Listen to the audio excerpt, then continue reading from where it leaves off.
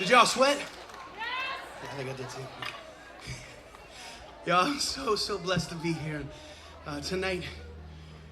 Tonight I'm kind of overwhelmed in a lot of ways because our band, we got our start in a small town in Indiana called Anderson, and went to a school there. And my buddy Ben and I, we would take trips and we would play for whoever was there. And one of our very first trips together, very first shows that we ever played was at a place called Whitehall Camp in Pennsylvania, just down the street. And it's just, I've seen some old friends tonight. My friend Dan's here, and hope my friend Kyle's here. He hasn't even said hey to me, but I'm so blessed to be back here because it feels like, even though we were from Indiana and now in Nashville, like, this feels like home, yo. It feels like home. And in the middle of this, I want you to know that everywhere we go, it's not everywhere we go that we feel this kind of love in the place, that we don't see ladies just get up and dance in a circle. That was great, yo. That was great. In the middle of all of it, I think that I just want you to know that no matter what your dreams are, no matter what you're facing down, God has some great big plans for you. And since we feel like family already, I just wanted to let you know what God's been placing on my heart over the last year and a half. And a lot of what he's been placing on it is this. It's the fact that my faith is fickle. My faith is so small and easily shattered. See, last year I started to listen to some voices in my head, voices that said that I'd never be a good father, that I'd never be a good husband, that I couldn't make ends meet, that nobody would care about the songs that I sing. I started to think that I was unworthy of any kind of love at all. And in the middle of that, in the middle of hearing those voices, I think it really started when we came off the road back in March of 2020. We had all these shows booked. We were going across the country, a brand new record, and then it all ended, and I was heading home to my wife, who was 7 months pregnant, and I was afraid, yo. I was afraid that if I opened the door, that I would let this virus into my house, and I would jeopardize the life and health of my wife and unborn son. And then, after months passed, I would watch the news, and the news just got darker and darker and worse and worse and worse. And then to make things even worse, I would go on social media, and I would see friends of mine literally ripping each other apart over the smallest things, yo. And in the middle of all of it, the thing that I felt the most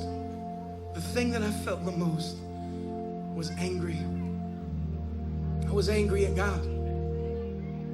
I remember just asking him, hey, where are you in all of this? I'd look up at the sky and I'd say, God, can't you see what is going on down here? Can't you feel the pain that is just spreading across this nation and this world?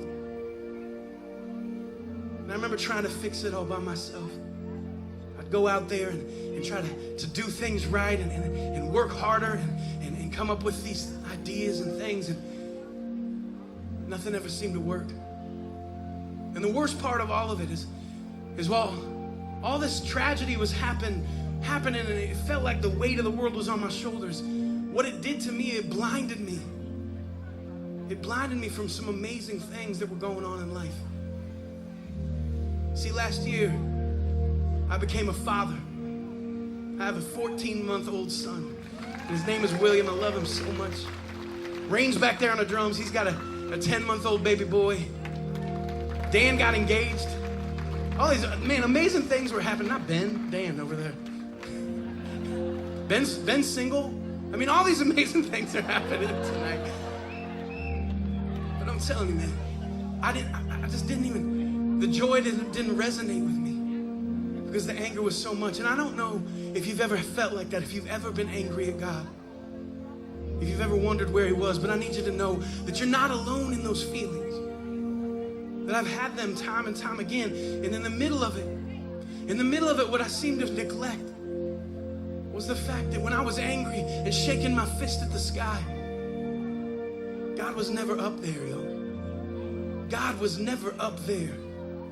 In the midst of my darkest and hardest days, Jesus was right beside me. His arms were wrapped around me. When I was weeping, he was weeping with me.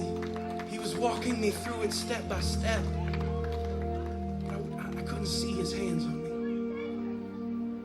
And the story goes, man, I picked up my Bible and I read in the book of Mark something that resonated with my soul. In the book of Mark, a man brings his son to Jesus. And he says, Jesus, my son has been afflicted with a demon since he was born. Can you heal him?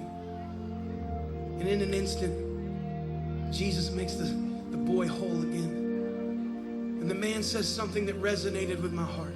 He looks at Jesus and he said, Lord, I believe. Help me with my unbelief. Yo, that's where I've been for a long time.